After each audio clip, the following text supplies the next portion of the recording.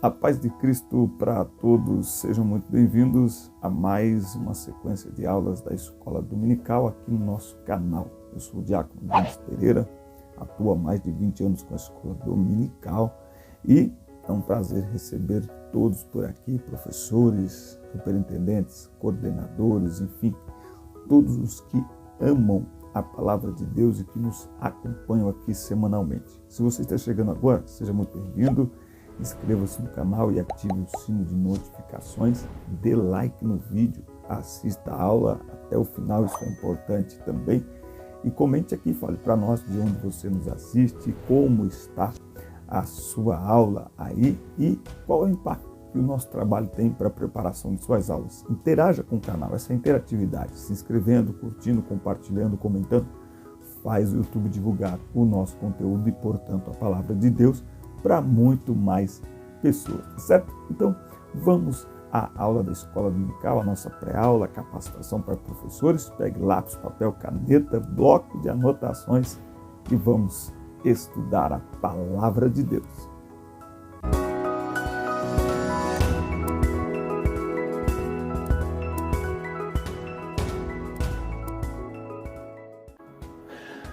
Lição 3, classe de juvenis, o crente e os movimentos sociais. Isso é um tema super atual, hein? Toda alma esteja sujeita às autoridades superiores, porque não há autoridade que não venha de Deus e as autoridades que há foram ordenadas por Deus. Então, Paulo deixa muito claro, a palavra de Deus deixa muito claro que nós devemos, em primeiro lugar, orar pelas autoridades. As autoridades foram constituídas por Deus, e é sobre isso que nós vamos falar nesta lição de hoje.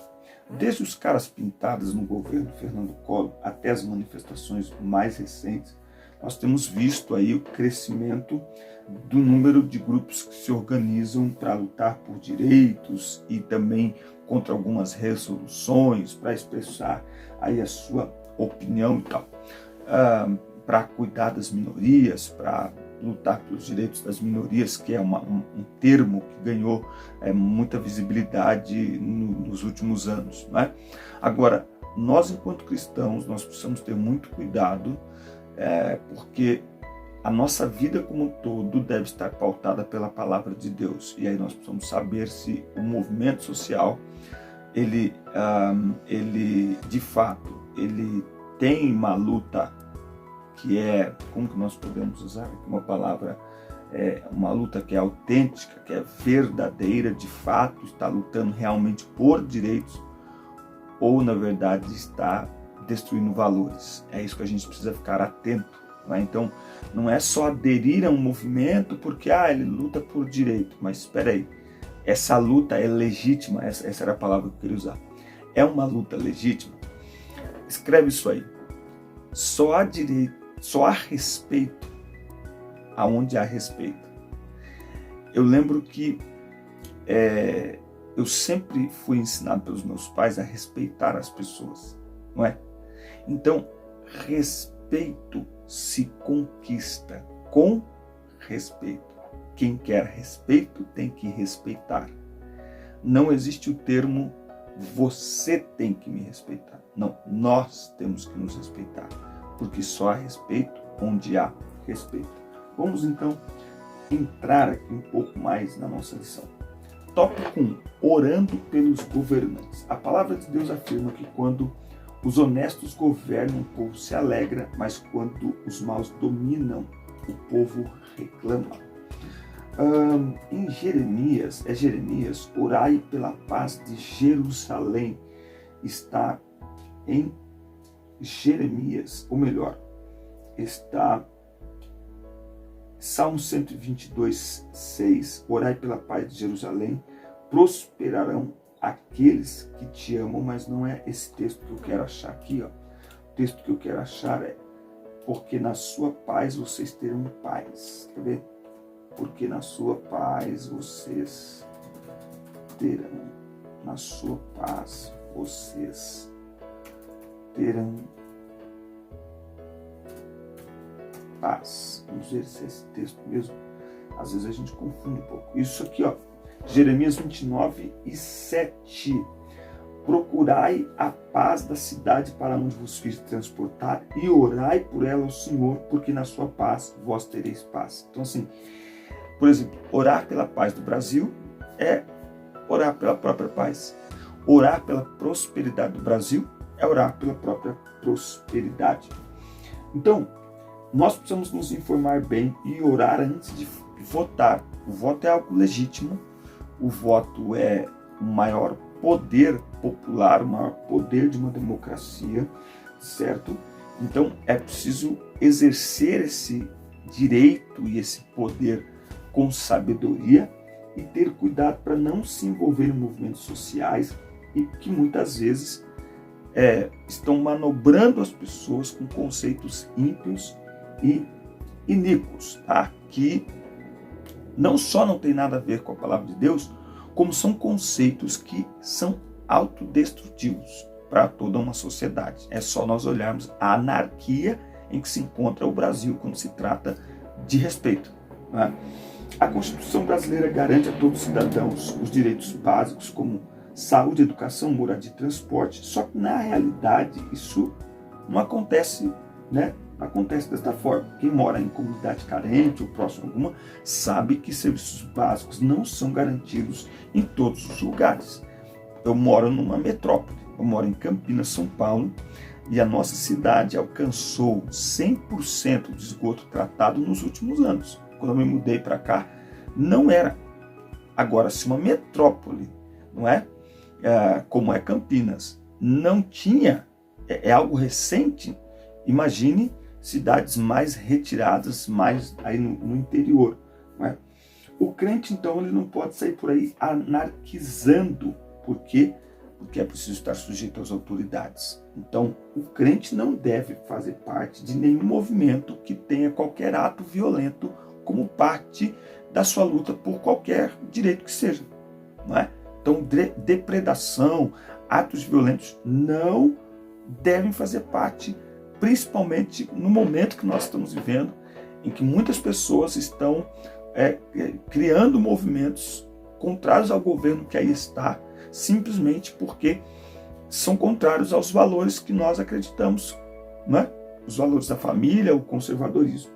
O cristão tem uma arma poderosa que é capaz de mudar toda e qualquer situação, que é a oração. Eu assisti um testemunho de uma irmã falando sobre a Coreia do Sul, que a Coreia do Sul, na década de 80, era um país de favelados. E o que eles começaram a fazer? Eles começaram a se levantar de manhã e orar. Às 5 da manhã, todos os crentes começaram a se levantar e orar. E eles não oraram para que Deus simplesmente abençoasse e salvasse os governantes. Eles oraram para que Deus desse sabedoria. Não é? Porque enquanto cristãos, a gente tem que entender que nossa missão é evangelizar o mundo, não cristianizar o mundo. Não é? Então não é impor que todo mundo seja cristão como nós, mas orar para que Deus salve as pessoas. Então eles começaram a orar para que Deus desse sabedoria aos governantes.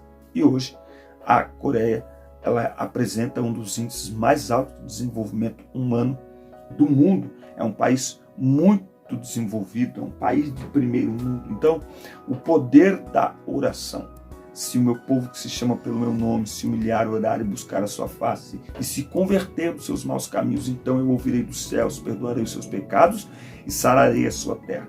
Então, enquanto igreja, a maior movimentação da igreja não é política, é espiritual. E esta é uma contribuição que só a igreja pode dar à sociedade.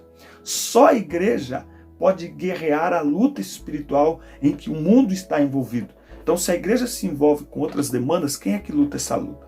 Então, a principal luta da igreja é espiritual por meio da oração. E tudo que vier a mais tem que ser através da oração. Qualquer posição, qualquer liderança política tem que ser resultado de oração. Paulo escreve: admoesto-te, pois, antes de tudo, que se façam deprecações, orações, intercessões e ações de graças por todos os homens. Então, se nós queremos uma sociedade melhor, nós precisamos, primeiro, orar. Segundo, como cristãos, viver o Evangelho de Cristo. Porque se nós vivermos o Evangelho de Cristo, nós seremos cidadãos melhores e, portanto, isso vai reverberar na sociedade. Nós devemos pregar o Evangelho, porque onde o Evangelho é pregado e almas são salvas, há transformação social. Em toda a história da igreja, isso sempre aconteceu. Onde há o evangelismo em massa e a conversão em massa de pessoas, você tem mudança de comportamento e, portanto, você tem mudança social. Tópico 2 aqui, movimentos sociais. Evidentemente, o crente deseja uma cidade melhor. Não é? Nós desejamos uma cidade melhor. Embora o olhar do crente sempre está voltado para os céus. Não é? Pensar nas coisas que são de cima. Então o crente está sempre ligado nas coisas do céu, que é onde está a nossa cidade. Agora, nós devemos sim desejar uma sociedade melhor, não é? Nós devemos desejar que o reino de Cristo, que os valores do reino de Cristo sejam estabelecidos na terra, não é? Agora, desejar uma sociedade melhor não justifica cristãos participando de movimentos sociais violentos contrários à fé cristã, que tem valores e princípios, se é que pode ser chamado assim, contrários à fé cristã. Alguns jovens cristãos, influenciados por professores e colegas, principalmente de faculdade, apoiam e participam de movimentos sem critério algum, não é? Então, assim, o inimigo ele tem procurado e ele tem conseguido macular a mente de muitos jovens cristãos e tem levado muitos deles a participarem desses movimentos de forma cega, não é? Sem ver o que está por trás, não é? Então, existe uma pintura muito bonitinha dos movimentos sociais para mostrar que eles estão preocupados com as pessoas, tem que amar as pessoas, mas é preciso estudar a fundo, é preciso pesquisar e analisar o que as leis que eles criam, elas querem impor sobre toda a sociedade, não é? Quais direitos estão sendo destruídos para que alguns direitos sejam alcançados, não é? Sem que aqueles que vão perder os seus direitos tenham o direito de reivindicar o seu direito que já foi adquirido, não é? Então, no Brasil, a luta por direitos ela se tornou uma luta política, uma luta suja, e ela tem sido feita de maneira muito violenta, não é? E ela tem dividido o país. Então, há 30 anos atrás, meus pais nunca segmentaram para mim que tipo de pessoa que eu tinha que respeitar.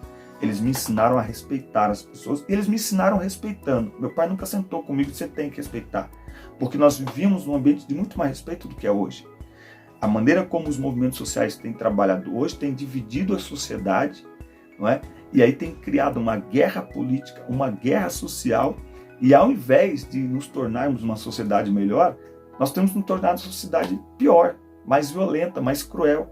As mortes só aumentam, suicídios só aumentam, e as pessoas estão cada vez mais distantes umas das outras, cada uma lutando por seus direitos, quando nós deveríamos lutar juntos pelos direitos de todos, não é verdade? Então é assim que teria que ser, mas não é assim, porque estes direitos, ou estes movimentos, eles estão influenciados por questões que são totalmente contrárias à palavra de Deus, aos princípios e valores da palavra de Deus. Então, nós não somos a favor de nenhum movimento social, de nenhuma luta por direito que pratique o anarquismo, que deprede patrimônio público, que confronte autoridades policiais, que cause prejuízos, não é? Enfim, estes movimentos não merecem nosso apoio nem nossa participação. São baderneiros, não tem nada a ver com luta por direitos. É possível, sim, nós lutarmos por direitos de forma pacífica, de forma organizada, para construir e não para destruir. Bom, o nosso Deus é um Deus que ama a justiça. Ele se preocupa com os necessitados e com os carentes, que faz justiça ao órfão e à viúva, e ama o estrangeiro, dando-lhe pão e veste. Então, Deus é justo e ele repudia a injustiça. Não pense você que toda essa injustiça que tem sido praticada no Brasil, Deus não tem visto. Tá? Agora, nós precisamos sempre lembrar, Deus está vendo por que Ele não faz nada? Então, porque toda essa injustiça é resultado do afastamento do homem de Deus. Eu estava vendo um arqueólogo dando uma entrevista esses dias, interessante o que ele disse. Ele disse que na física não existe frio e nem trevas. Não existe. Em física não há frio e não há trevas. O que é frio? Ausência de calor. O que são trevas? Ausência de luz. E o que é o mal no mundo? Ausência de Deus. E não é Deus que se afastou dos homens, são os homens que se afastaram de Deus. Então, se nós queremos um país mais justo, só tem um caminho: voltar-se para Deus. Do contrário, pode lutar pelo direito que quiser. A própria luta já não é legítima. Porque uma luta por justiça sem o Deus da justiça, ela não vai dar certo. Tá? Então, sob o pretexto de protestar contra injustiças, tá? Não é justificável ninguém sair por aí cometendo outras injustiças. Um erro não justifica outro erro. Tá? Os fins não justificam os meios. Nós temos que seguir o exemplo de Cristo e transformar a realidade das pessoas pregando e praticando a justiça. Por isso que eu disse que se nós orarmos, sermos cristãos verdadeiros e pregarmos o Evangelho, estas três coisas, elas trazem uma transformação social extraordinária, sem precedentes. Oração, vida e pregação. Porque pessoas são transformadas, a violência é tirada, o ódio é tirado, não é? Então esse é o papel da igreja, e ser pacificadores. Então nós somos chamados para ser pacificadores. Quando Jesus veio ao mundo, o mundo estava sob o Império Romano, e muitas pessoas achavam que Jesus viria para libertá-los politicamente. Eles queriam que Jesus fosse um reacionário, eles queriam que Jesus, viesse e arrebentasse com tudo. Mas Jesus não veio para se envolver em disputas políticas. A igreja não foi estabelecida na terra para se envolver com disputas políticas. A dedicação de Jesus foi para implantar o reino de Deus na terra. E nos deixou aqui para que nós continuemos a sua obra, pregando o Evangelho, vivendo o Evangelho, tá certo? E glorificando o nome do Senhor em tudo. É possível participar de um movimento social? É possível estabelecer uma luta por direitos? Enfim, mas Deus em primeiro lugar, não é? E quem tem Deus em primeiro lugar fará tudo de forma organizada, tá? Você deve levar como exemplo aí as passeatas e palestras do Dr. Martin Luther King Jr., não é? Os vídeos que eu assisto e eu dou uma olhada, eu fico impressionado. Não tem briga ali, não é verdade? É claro que havia inimizades, havia oposição, mas não deve partir dos crentes nenhum tipo de ato violento em qualquer que seja o movimento. Toda movimentação deve ser pacífica em primeiro lugar. Vamos lá, recapitulando. Toda movimentação deve ser pacífica em primeiro lugar. Ela deve ser construtiva e não destrutiva. Ela deve propor ideias, ações, ela deve propor soluções. E não fazer o protesto por protestar. Não é? E hoje, com as redes sociais, é possível fazer isso até com muito mais eficiência. E todo movimento social, e é claro que isso não vai acontecer, todos os movimentos sociais hoje no Brasil, eles estão impregnados com ideologias que são contrárias à palavra de Deus. Então toda a participação de um cristão, de um jovem, enfim, seja de quem for, de um cristão em movimento social, deve sempre levar em conta: Jesus participaria? Jesus está sendo glorificado através deste movimento? Ou Jesus está sendo profanado, escarnecido através desse movimento? Pense nisso. E eu falo isso com muita tranquilidade, e talvez as pessoas não gostem, mas os movimentos sociais no Brasil não são espaço para um cristão estar.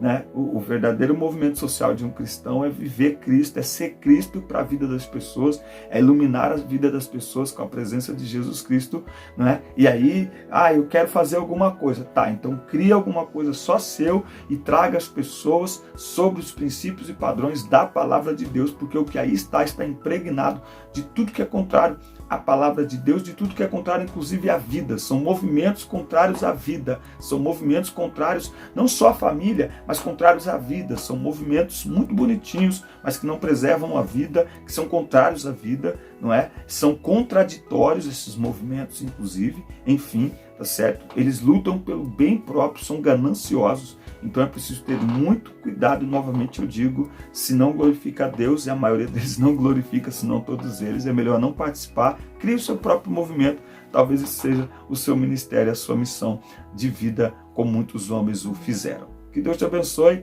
forte abraço, assista a culta, compartilhe, inscreva-se no canal e a gente se vê na próxima aula. Deus abençoe.